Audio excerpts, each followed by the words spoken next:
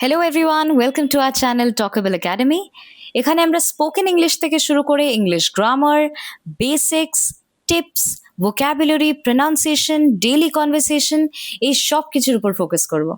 আর আপনি যদি স্পেসিফিক্যালি আপনার ফাউন্ডেশন আরও স্ট্রং করতে চান এবং ইংলিশ ফ্লুয়েন্সির উপর একটু জোর দিতে চান, তাহলে ডেফিনেটলি বলবো এক্ষুনি আমাদের চ্যানেলের সাথে জুড়ে যেতে।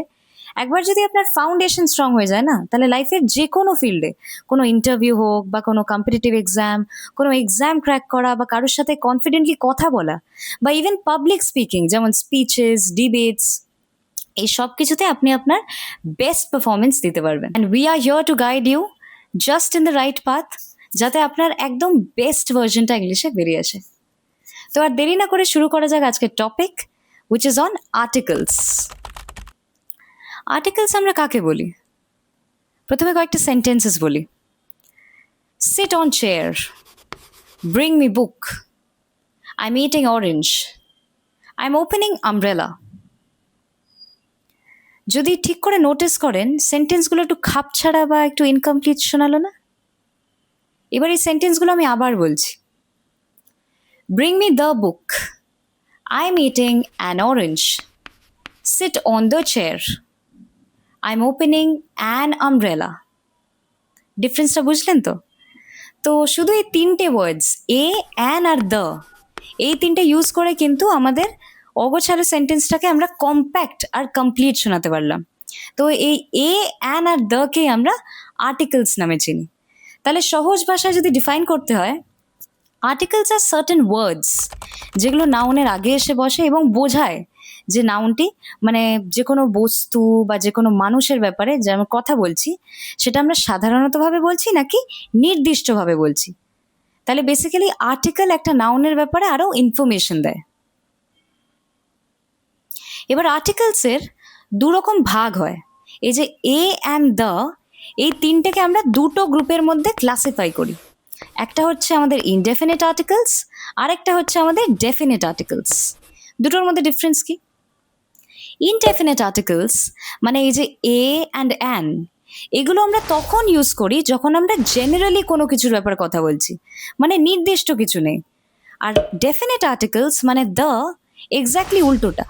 ওটা আমরা তখন ইউজ করি যখন আমরা স্পেসিফিক্যালি কোনো কিছুর ব্যাপারে মেনশন করে কথা বলছি। যেমন ব্রিং মি দ্য বুক, আমি যদি বলতাম ব্রিং মি আ বুক, তাহলে ওটাকে আমরা জেনারেলভাবে নিতাম যে অনেকগুলো বই আছে, তার মধ্যে থেকে যে কোনো একটা বই আনবো। বাট আমি যেই স্পেসিফাই করে দিলাম যে ব্রিং মি দ্য বুক, এখানে আমি নির্দিষ্টভাবে বুঝিয়ে দিচ্ছি যে ওই বইটাই এনো। তাহলে ডেফিনিট আর্টিকেলস আর ইনডেফিনিট আর্টিকেলস বুঝলাম। এবার ইন ডেপথে এগুলোর ব্যাপারে আরও জানবো।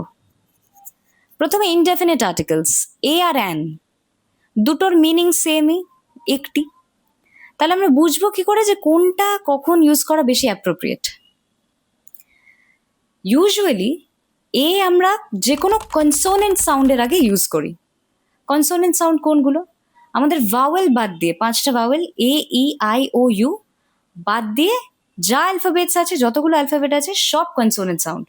আমি যদি এখন বলি a parrot, a marker, a table, এই যে প, ট, ম, এই সাউন্ডগুলোর আগে সবসময় এ আসবে।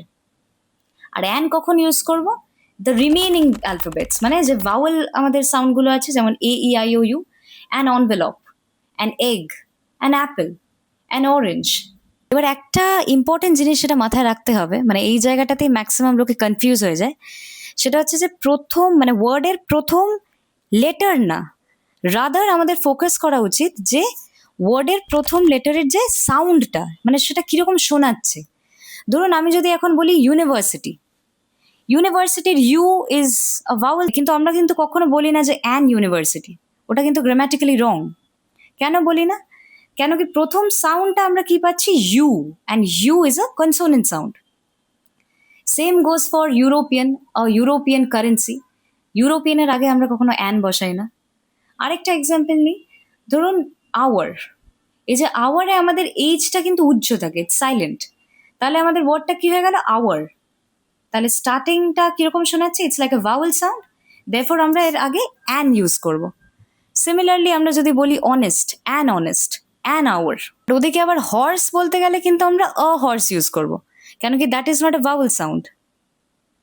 এবার আমরা ইন ডেপথে বুঝবো যে এ আর অ্যান এর ইউসেজটা, মানে কয়েকটা রুলস আমাদের মাথায় রাখতে হবে যে এ আর অ্যান কখন কখন ইউজ করে। নাম্বার ওয়ান, এ আর অ্যান আমরা তখন ইউজ করব যখন আমরা কোনো কিছুর ব্যাপারে প্রথমবার কথা বলছি। ধরুন I saw a beautiful flower yesterday, প্রথমবার মেনশন করলাম তাই ইউজ করব। তারপরে ধরুন কোনো কিছু বোঝাতে, কোনো কিছু একটি বোঝাতে, মানে ধরুন এ আর অ্যান এর মানে কি, মানে ওয়ান। তো আমার কাছে যদি একটা জিনিস থাকে, ধরুন a rubber band, a microphone, a camera, a table, an apple, an orange, একটি বোঝাতে আমরা তখনও এ আর অ্যান ইউজ করব।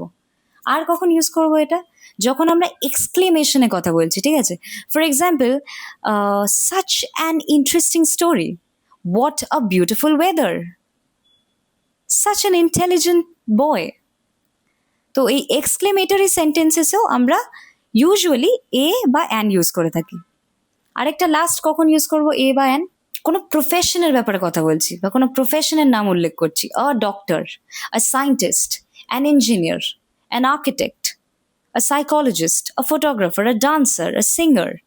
তাহলে এ আমরা কখন কখন ইউজ করব, যখন কোনো প্রফেশনের ব্যাপারে কথা বলছি বা যখন এক্সক্লেমেশনে কথা বলছি, যখন ফার্স্ট টাইম কোনো কিছুর ব্যাপারে কথা বলছি মানে জেনারেলাইজ ভাবে, আর লাস্টলি যখন আমরা একটি জিনিস বোঝাচ্ছি মানে ওটাকে কোয়ান্টিফাই করছি, তখন আমরা এ ইউজ করব।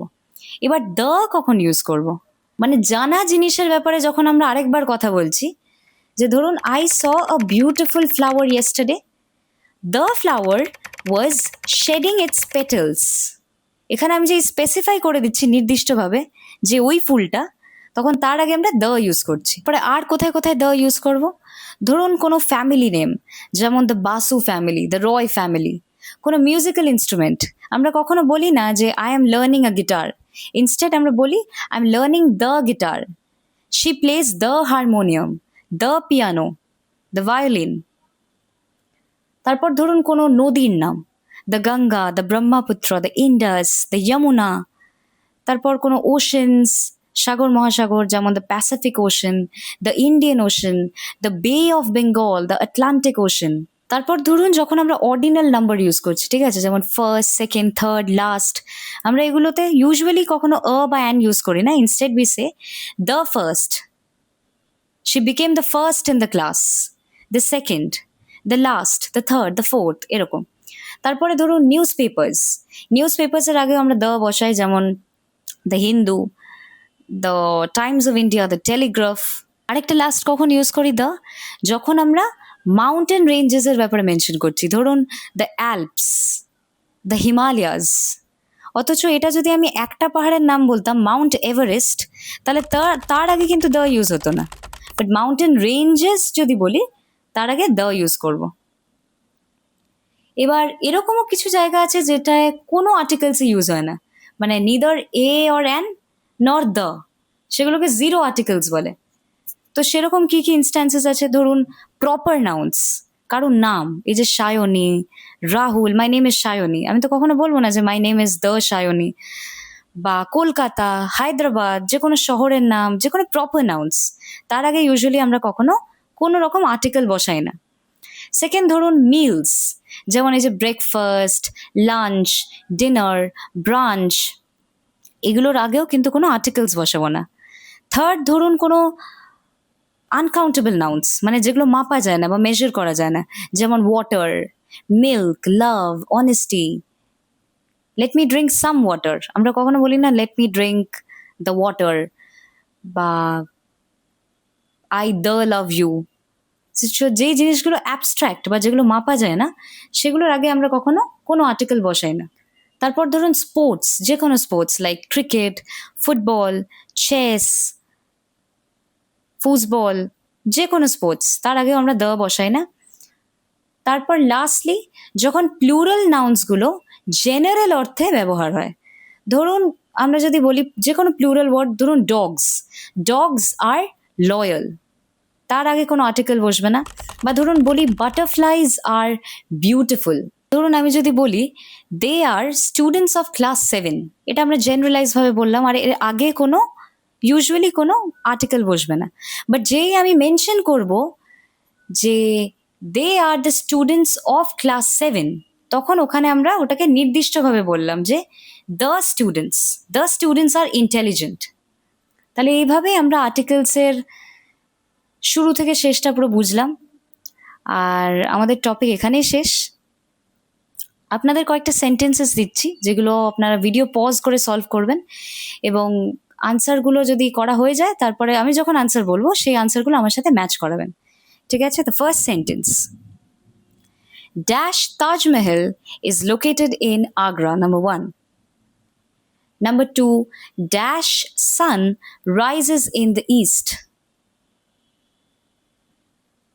Number 3, I borrowed dash pen from him yesterday. এবার আনসারগুলো বলি। The Taj Mahal is located in Agra. The sun rises in the east every day. I borrowed a pen from him yesterday. তাহলে আশা করছি আপনারা আর্টিকেলসের প্রথম থেকে শেষ পুরোটাই ডিটেলসে বুঝেছেন। যে রুলসগুলো বললাম ওগুলো সবসময় মাথায় রাখবেন, তাহলে ইউজুয়ালি কোনো কনফিউশন বা কোনো এরার্স আর্টিকেলসে হয় না, বিকজ কম্প্যারেটিভলি এটা যথেষ্ট ইজি একটা টপিক। খালি রুলসগুলো মাথায় রাখলেই হবে। এই যে প্রনাউন্সিয়েশনের উপর ফোকাস করা rather than on the words, বা এ আর অ্যান কখন ইউজ হয়, দ্য কখন ইউজ হয়, এই জিনিসগুলো মাথায় রাখলেই আমরা খুঁটিনাটি এরার্স অ্যাভয়েড করে চলতে পারি। তো ভিডিওটা যদি ভালো লেগে থাকে then definitely like, comment, share and subscribe. এই জিনিসগুলো যদি আরও ইনডেপথে শিখতে চান তাহলে you can join our course, spoken English course in talkable academy. Links will be given below. Thank you. দেখা হচ্ছে আবার পরের ভিডিওতে।